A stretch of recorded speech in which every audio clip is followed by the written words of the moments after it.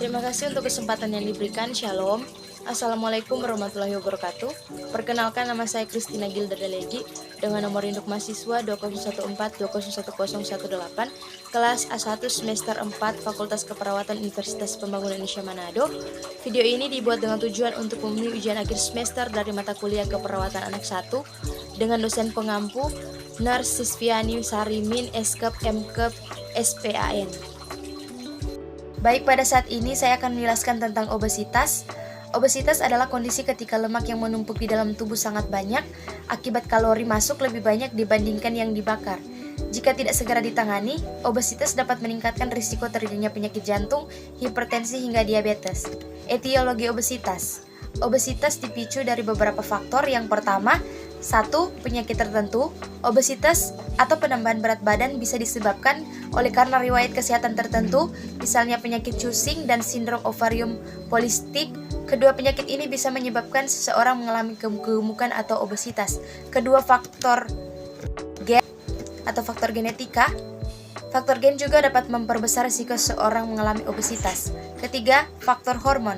Hormon sangat berpengaruh terhadap kenaikan berat badan karena ketika hormon tidak seimbang dapat menyebabkan penumpukan lemak, nafsu makan naik, dan membuat sering lapar.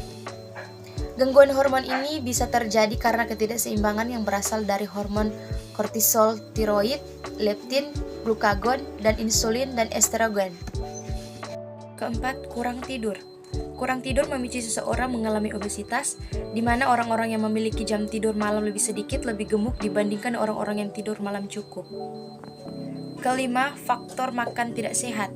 Faktor makan yang masuk ke dalam tubuh juga memicu kamu mengalami obesitas.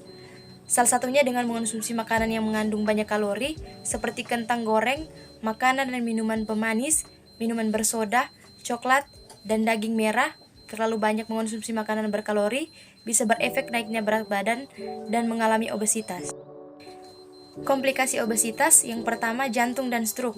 Penyakit jantung dan stroke menjadi salah satu jenis yang paling ditakuti oleh masyarakat dunia, di mana seseorang yang mengalami obesitas dengan lingkar pinggang lebih dari 89 cm untuk wanita dan pria 102 cm sangat rentan terkena penyakit jantung.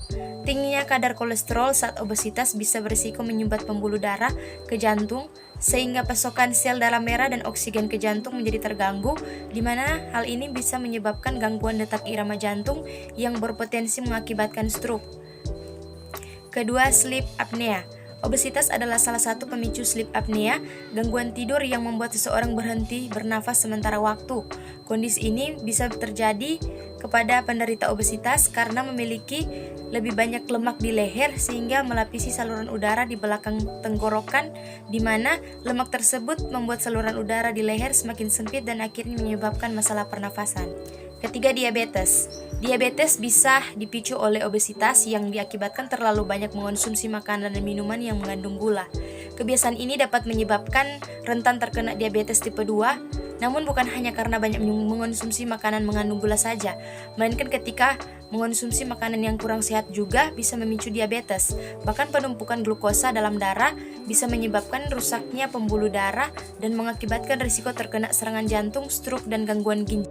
Patofisiologi obesitas. Obesitas sebagian besar berhubungan dengan faktor genetik. Gen ini memiliki banyak varian yang meningkatkan risiko obesitas. Banyak hormon perifer pada sistem syaraf pusat yang berperan dalam kontrol nafsu makan, intake makanan, food reward, dan adikasi makanan. Makanan dan obat dapat mengaktifkan sistem reward mesolimbik dopamin yang penting dalam regulasi adikasi pada manusia. Leptin, hormon anoreksigenik, meregulasi metabolisme lemak dengan menstimulasi lipolisis dan inhibisis lipogenesis. Leptin memberi sinyal rasa kenyang pada hipotalamus dan kemudian akan mengurangi intake makanan dan menyiapkan lemak sambil memodulasi pengeluaran energi dan metabolisme karbohidrat untuk mencegah pertambahan berat badan. Defek pada leptin atau reseptor leptin berakibat pada peningkatan kadar leptin pada sirkulasi. Insulin sebagai hormon pankreas memiliki peran dalam homeostatis glukosa. Insulin dapat menembus sawar darah otak dan berkaitan dengan reseptor di nukleus arcuata hipotalamus untuk mengurangi asupan makanan. Resistensi insulin sentral mirip dengan resistensi leptin sentral dianggap berpengaruh pada perkembangan obesitas. Selanjutnya, substansi yang berasal dari saluran pencernaan seperti cholecystokinin, CCK, GLP-1, PYY336, dan grelin juga terlibat dalam menyampaikan informasi tentang status energi melalui hormonal, HPAL, dan batang otak, serta dapat secara langsung atau tidak langsung berinteraksi dengan jalur mesolimbik dopamin otak tengah untuk mempengaruhi intake makanan. Dan yang terakhir adalah tips mengatasi obesitas. Yang pertama adalah mengonsumsi sayuran dan buah minimal 5 porsi setiap harinya. Kedua, membatasi tidur yang berlebihan. Ketiga, meningkatkan aktivitas fisik minimal 30 menit setiap hari.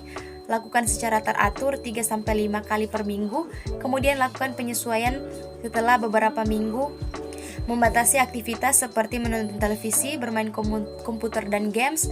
Dan yang terakhir, batasi konsumsi gula, garam, dan lemak. Hai teman-teman yang baru lulus sekolah menengah atas atau sekolah menengah kejuruan dan mau melanjutkan ke perguruan tinggi, tapi masih bingung mau kuliah di mana? Tenang, kami Universitas Pembangunan Indonesia Manado hadir untuk menjawab pertanyaan teman-teman. Universitas Pembangunan Indonesia Manado adalah salah satu kampus terbaik di Nusantara yang sudah banyak melahirkan lulusan-lulusan terbaik dan berkualitas. Dan di Universitas Pembangunan Indonesia Manado ada 6 fakultas. Yang pertama, Fakultas Keperawatan. Kedua, Fakultas Hukum. Ketiga, Fakultas Teknik. Keempat, Fakultas Sospol. Kelima, Fakultas Sastra. Dan yang keenam, Fakultas Pertanian.